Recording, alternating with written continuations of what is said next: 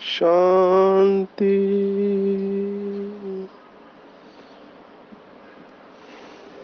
आज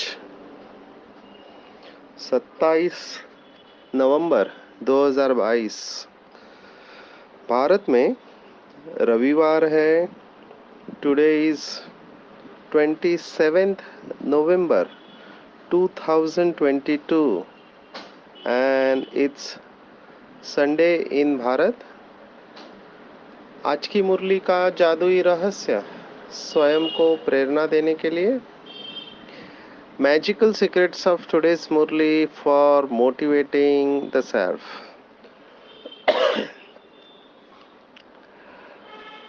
आज संडे है, रविवार है, तो बाबा के अव्यक्त महावाक्य है। बहुत सारे आत्मा इस समय लौकिक में भी सक्सेस या सफलता के ऊपर सेशंस लेते हैं। हर एक को सफलता चाहिए होती है। ऐसा कोई व्यक्ति नहीं होता है जो कहता है कि मुझे सफलता नहीं चाहिए। आप सुबह से रात तक जो भी कर्म करते हैं, हम क्या चाहते हैं कि हम जो भी करें उसमें हमको सफलता मिले। फिर वो स्टूडेंट हो, पढ़ाई पढ़ रहा है, तो उसकी सफलता का लक्ष्य अलग होता है। अच्छे मार्क्स से पास होना या अच्छे स्कूल या कॉलेज में एडमिशन मिलना या आगे की पढ़ाई में उसको जो यूनिवर्सिटी चाहिए, जो सब्जेक्ट चाहिए, उसमें एडमिशन मिलना। ग्रेजुएट हो गए तो जो कंपनी में जॉब चाहिए या जो बिजनेस चाहिए वो कर पाना और उसमें जैसा चाहिए वैसे पैकेज या सैलरी मिलना, इनकम होना। गृहिणी की अपनी व्याख्या होती है सफलता की कि उसको अच्छा घर चाहिए होता है, पति अच्छा हो, बच्चे अच्छे हो, घर में सभी सुखी रहे, झगड़ा नहीं हो। हर एक की सफलता की अपनी व्याख्या होती है। तो सफलता की व्याख्या अलग अलग हो सकती है, पर अगर गहराई में जाके अगर आप देखेंगे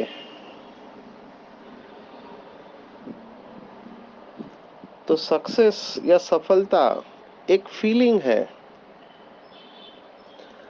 आप अंदर से महसूस करते हो कि आप सफल है और दूसरे भी इस बात को स्वीकार करते हैं कि आप सफल है। हम बाबा के बच्चे अगर मम्मा बाबा को देखते हैं तो हम सोचते हैं कि ये सफल आत्माएं हैं। पूरे विश्व में सर्वश्रेष्ठ आत्माएं सफल आत्माएं हैं। तो स्वयं को भी अनुभव होना चाहिए, दूसरों को भी अनुभव होना चाहिए। अगर केवल स्वयं को अनुभव हो रहा है, दूसरों को अनुभव नहीं हो रहा है सफलता का, तो मेरी सफलता की व्याख्या शायद संकुचित है या मैं मियाँ मिट्ठू बन रहा हूँ कि मैं तो हूँ ही सफल। सफल शब्द को अगर आप देखो तो सफल में फल है। स माना अच्छा कहते हैं, अच्छा फल को सफल कहते हैं। और फल कब मिलता है? जब कर्म अच्छे होते हैं तब उसका फल भी अच्छा होता है। तो कर्म और फल के साथ सफल जुड़ा हुआ है। इसके अपोजिट शब्द है विफल। सफल और विफल कहते हैं। अंग्रेजी में कहते हैं सक्सेस एंड फेलियर। तो विफल क्या है और सफल क्या है? तो बाबा की व्याख्या हम देखेंगे। दुनिया में समझते हैं कि आपके पास बहुत पैसा है या आपका घर बहुत बड़ा है, बंगला है, प्रॉपर्टी है आपके पास, आप बहुत फेमस हो तो आप सफल हो, ऐसे समझते हैं। भले आपका चरित्र अच्छा नहीं हो, लेकिन बाकी की चीजें आपके पास हो तो आप सफल है, ऐसे समझते हैं लोग। आजकल मैं देख रहा हूँ माँ बाप अपने बच्चों को या तो स्पोर्ट्समैन बनाना चाहते हैं, सिंगर बनाना चाहते हैं या एक्टर बनाना चाहते हैं। क्यों? क्योंकि इसमें पैसा बहुत है और नाम मान शान भी मिलता है। पहले लोग हमेशा ही कहते थे कि बड़ा होके क्या बनेगा, तो डॉक्टर और इंजीनियर, केवल दो ही ऑप्शन थे। अभी तो बहुत सारे ऑप्शन है, बड़ा होके बहुत कुछ कर सकते हैं आप। व्याख्याएं बदलती जा रही है, हमारी बहनें बहुत अच्छा सुनाती है, स्पीच करती है। बहुत सारे बीके भाई बहनें अभी अच्छे अच्छे भाषण करने लगे हैं। कुछ लोगों में ये कला होती है। आजकल गूगल इंटरनेट पे बहुत सारा मटेरियल मिलता है, तो थोड़े पढ़े लिखे हैं तो गूगल से मटेरियल डाउनलोड करके उसके पॉइंट्स बनाते हैं और भाषण करते हैं। बाबा कहता है भाषण से ज्यादा जरूरी है भाषण देना। टॉपिक कोई भी हो, स्थिति टॉप की होनी चाहिए। इसमें तो आप कॉपी नहीं कर सकते। हालांकि कुछ लोग वो भी करने की कोशिश करते हैं, मैंने देखा है। जैसे अव्यक्त बाप दादा है, अभी वो शरीर का मालिक बन के आता है, वो गर्दन को हिलाता नहीं, सिर्फ उनकी आंखें हिलती है। तो कुछ भाई बहनें संदली पर बैठ के ये भी पुरुषार्थ करते हैं। हर एक की अपनी नंबरवार अवस्था होती है, पर हमको ये सब करने की जरूरत नहीं है, क्योंकि हर एक की अवस्था दिखाई देती है। हम बोले नहीं बोले, लेकिन हमारी अवस्था दिखाई देती है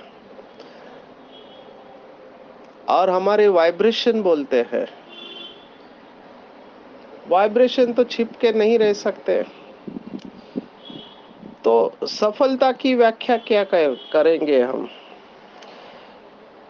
तो सफलता की व्याख्या हमने देखा कि खुद भी अनुभव करे और दूसरों को भी अनुभव हो कि ये सफल है। लौकिक दुनिया में पैसा कमाना, खूबसूरत होना, फेमस होना, जैसे एक्टर एक्ट्रेस है उनको सफल समझते हैं।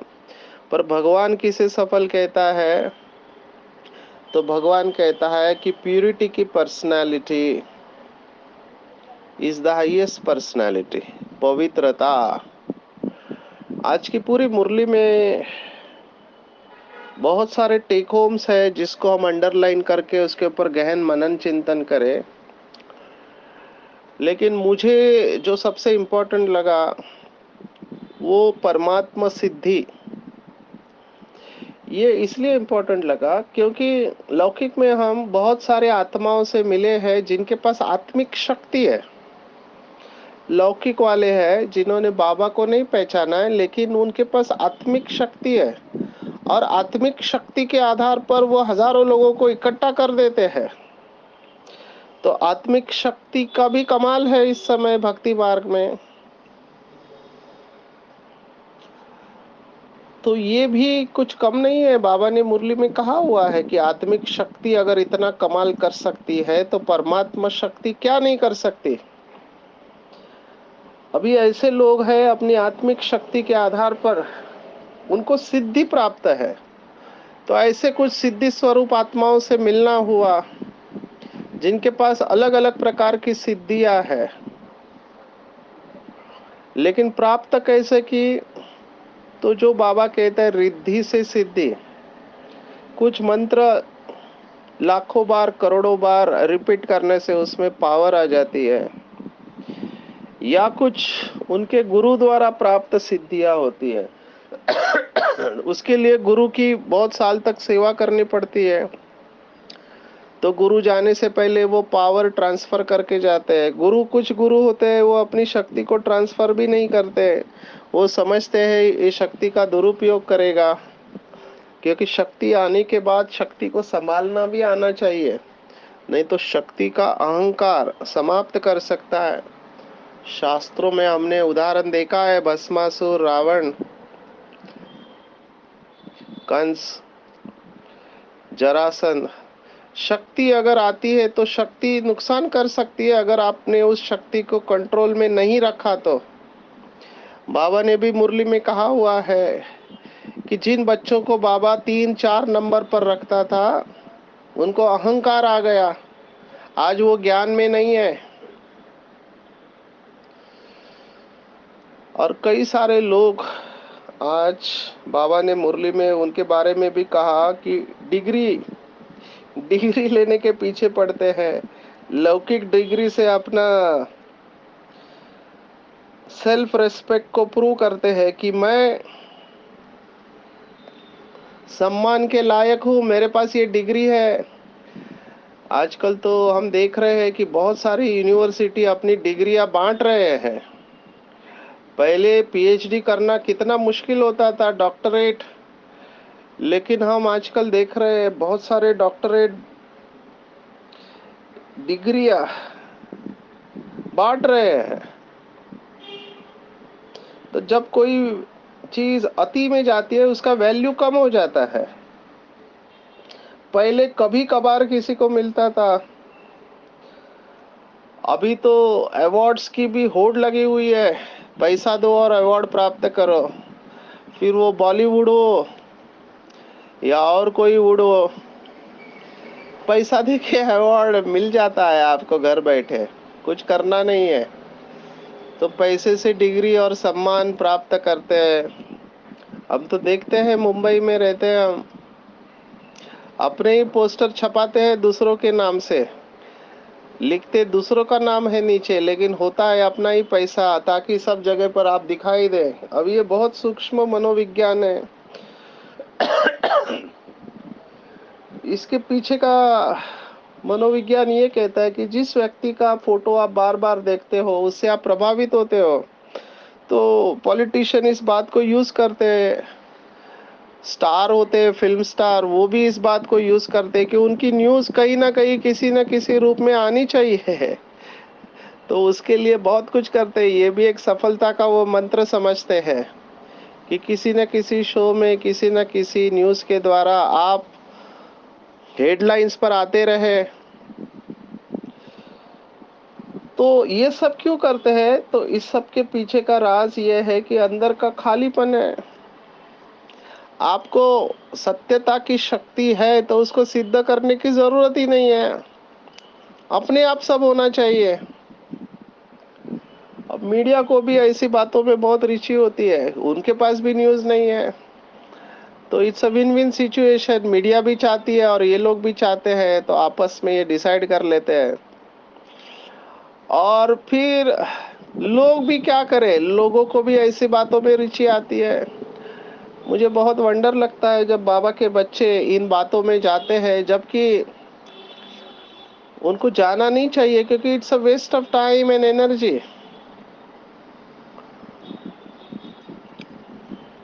जिस परिस्थिति के ऊपर आपका कोई कंट्रोल नहीं है, आप उसको बदल नहीं सकते हैं डायरेक्टली, उसके बारे में टू मच नहीं जानना चाहिए। आपको थोड़ी जानकारी रखनी चाहिए कि क्या हो रहा है। बाबा तो मुरली में ये कहते थे, न्यूज इसलिए सुनना चाहिए कि अगर समझो विनाश चालू हो गया, हलचल चालू हो गई प्रकृति की, तो समझ में आएगा हमारी अवस्था अच्छी है, हमारी तपस्या सही दिशा में जा रहे हैं।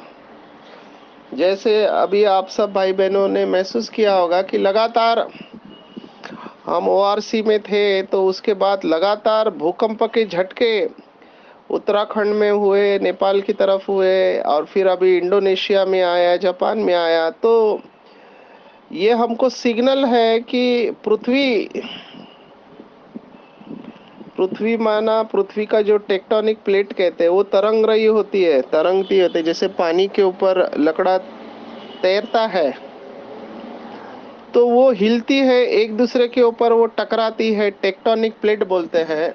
आप कल्पना करो, एक बकेट पानी में दो लकड़े के प्लेट रखे हुए हैं और वो हिल रहे हैं एक दूसरे के ऊपर, वो धक्का मार रहे हैं। अब ये तो छोटा मैंने उदाहरण दिया, आप उसी को एक्सपांड करते जाओ। हजारों किलोमीटर का प्लेट है और वह तैर रहा है पृथ्वी के द्रव के ऊपर, और वो एक दूसरे को आकर टकराते हैं तो उससे कंपन पैदा होता है, जिसको हम भूकंप कहते हैं। अभी उसका स्केल होता है, रिश्टर स्केल बोलते हैं उसका।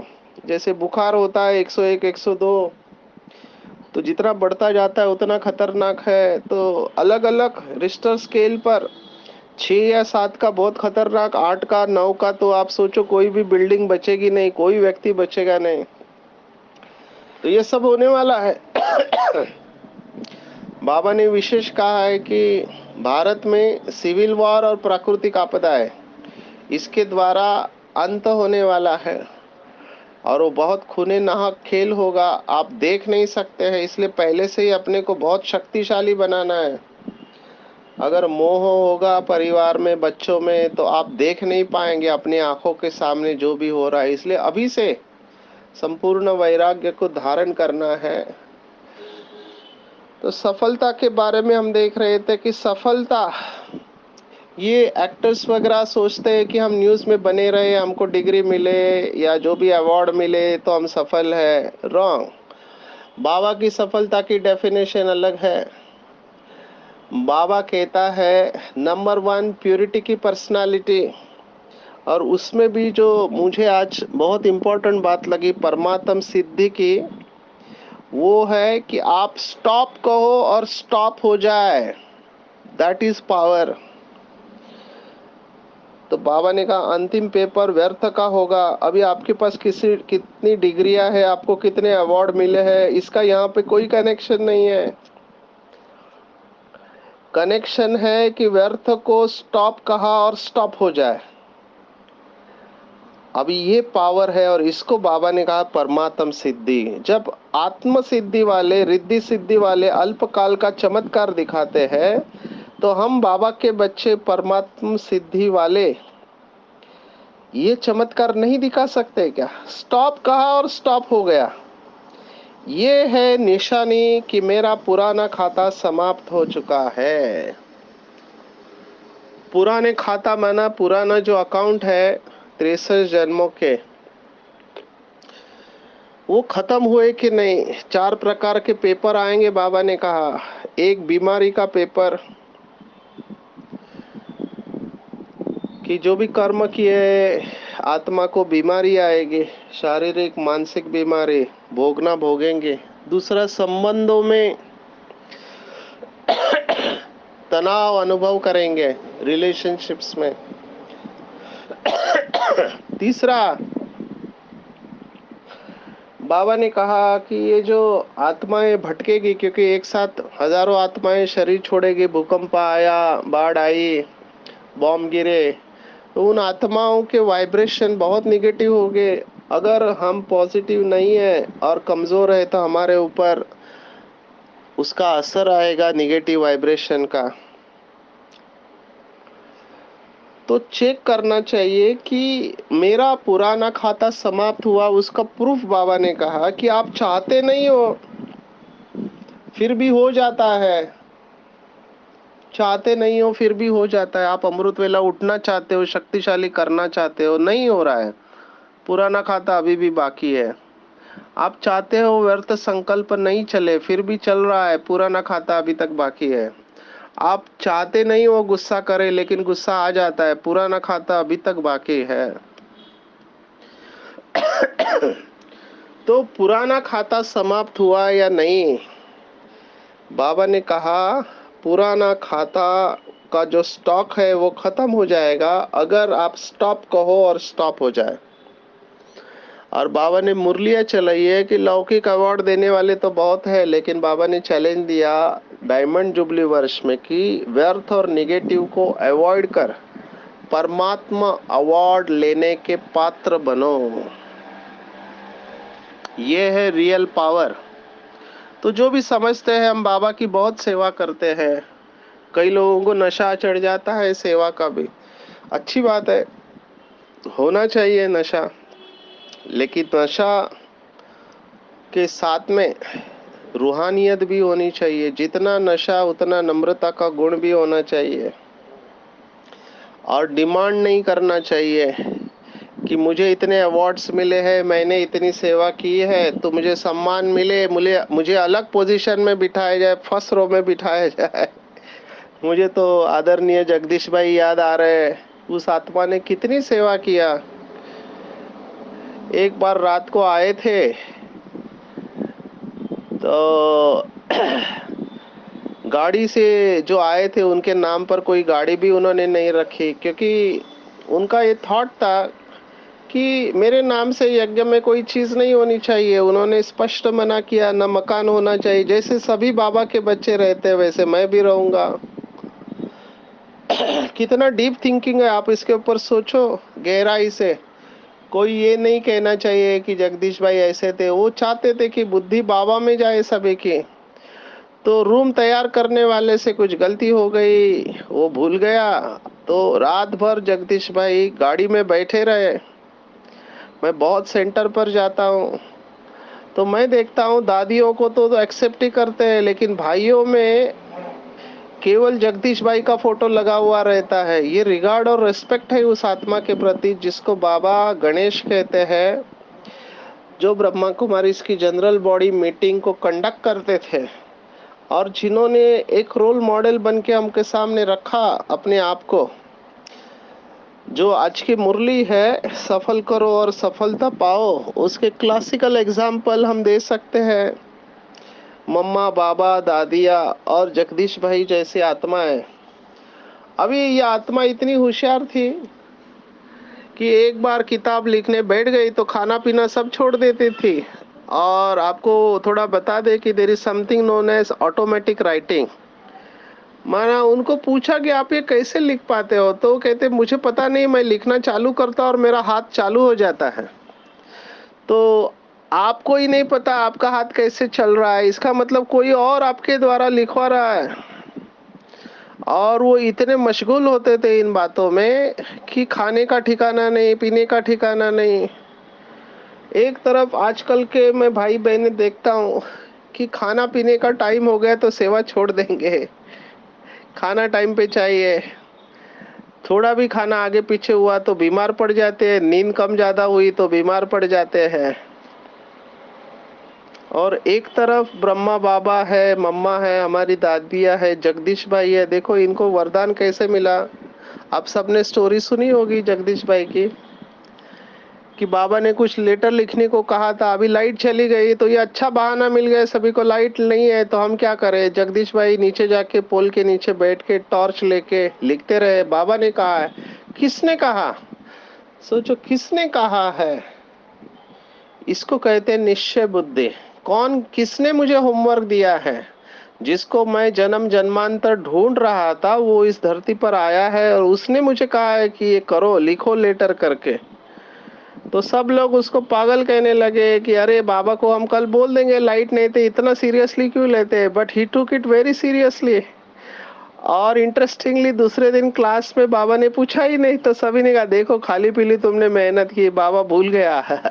लेकिन उनको नहीं पता था आगे क्या होने वाला है। पिकनिक पे गए उस समय बाबा ने याद किया कि कल बच्चे जो लेटर बोला था किसने लिखा। तब सभी ने कहा बाबा कल लाइट गई थी तो हमने नहीं लिख पाए, लेकिन जगदीश बच्चे ने लिखा है। तो जगदीश भाई ने दिखाया, तब बाबा ने उसको लेटर दिया, वरदान दिया कि आज से यज्ञ का लिटरेचर आप लिखेंगे। देखो कितना बड़ा वरदान, केवल एक आज्ञाकारी बनने से। भोलानाथ भंडारी, ऐसे स्वयं जगदीश भाई ने अपने क्लास में कहा। पर इसके पीछे क्या दिखाई दे रहा है? उस आत्मा का डेडिकेशन दिखाई दे रहा है। And it is possible. इस आत्मा की मैं बहुत सारी विशेषता सुना सकता हूँ। इनके साथ रहने का सौभाग्य प्राप्त हुआ है, इंटरेक्शन करने का सौभाग्य प्राप्त हुआ है। तो कहने का भाव ये था कि जगदीश भाई ने अपना सब कुछ सफल किया, खाने का टाइम भी छोड़ दिया, नींद का आराम का भी त्याग किया। यही आज की मुरली है। भगवान कहता है सफलता माना सब कुछ सफल करो, सब कुछ सफल करो। क्या सफल कर सकते हैं? तो समय, श्वास, संकल्प, तन, मन, धन, हर सेकंड सफल करो। सफल करो मतलब क्या? सफल करो मतलब एंजॉय करो नहीं। कई लोग समझते सफल करो माना खाओ पियो मौज करो, खुश रहो, कैसे भी खुश रहो। ये मनमौजी बनना है, ये सफल करना नहीं है। सफल करना माना श्रीमत के ऊपर सफल करना। हर सेकंड, हर श्वास श्रीमत के ऊपर सफल करना, इसको सफल करना कहते हैं। बाकी सफल करना नहीं है। वो तो दुनिया का डेफिनेशन भी है। मुझे याद आ रहा है, यू कैन विन करके किताब है, उसने बहुत सारे रिकॉर्ड तोड़ दिए। शिव खेरा, उसका नाम भी शिव है। तो उसमें उन्होंने सक्सेस का डेफिनेशन दिया है, व्याख्या दी है सफलता का। प्रोग्रेसिव रियलाइजेशन ऑफ वर्दी goals and continued expansion of happiness. माना वर्दी गोल्स, आपके जो लक्ष्य है वो वर्दी होने चाहिए, माना जिसमें सबका कल्याण समाया हुआ हो, और आपकी खुशी अलौकिक दिनों दिन बढ़ते जानी चाहिए। ये भी दुनिया में लोग हैं, वो भी इंद्रियों के सुखों में मस्त है। वो सोचते हैं हम खा रहे, पी रहे, घूम रहे, नाच रहे, हम सुखी है। वो खुशी नहीं, वो अल्पकाल की खुशी है। बाबा जो बात कर रहा है वो अलग बात कर रहा है, इसलिए कंफ्यूजन होने का चांसेस है। ईश्वरीय सेवा में अपना सब कुछ सफल करो।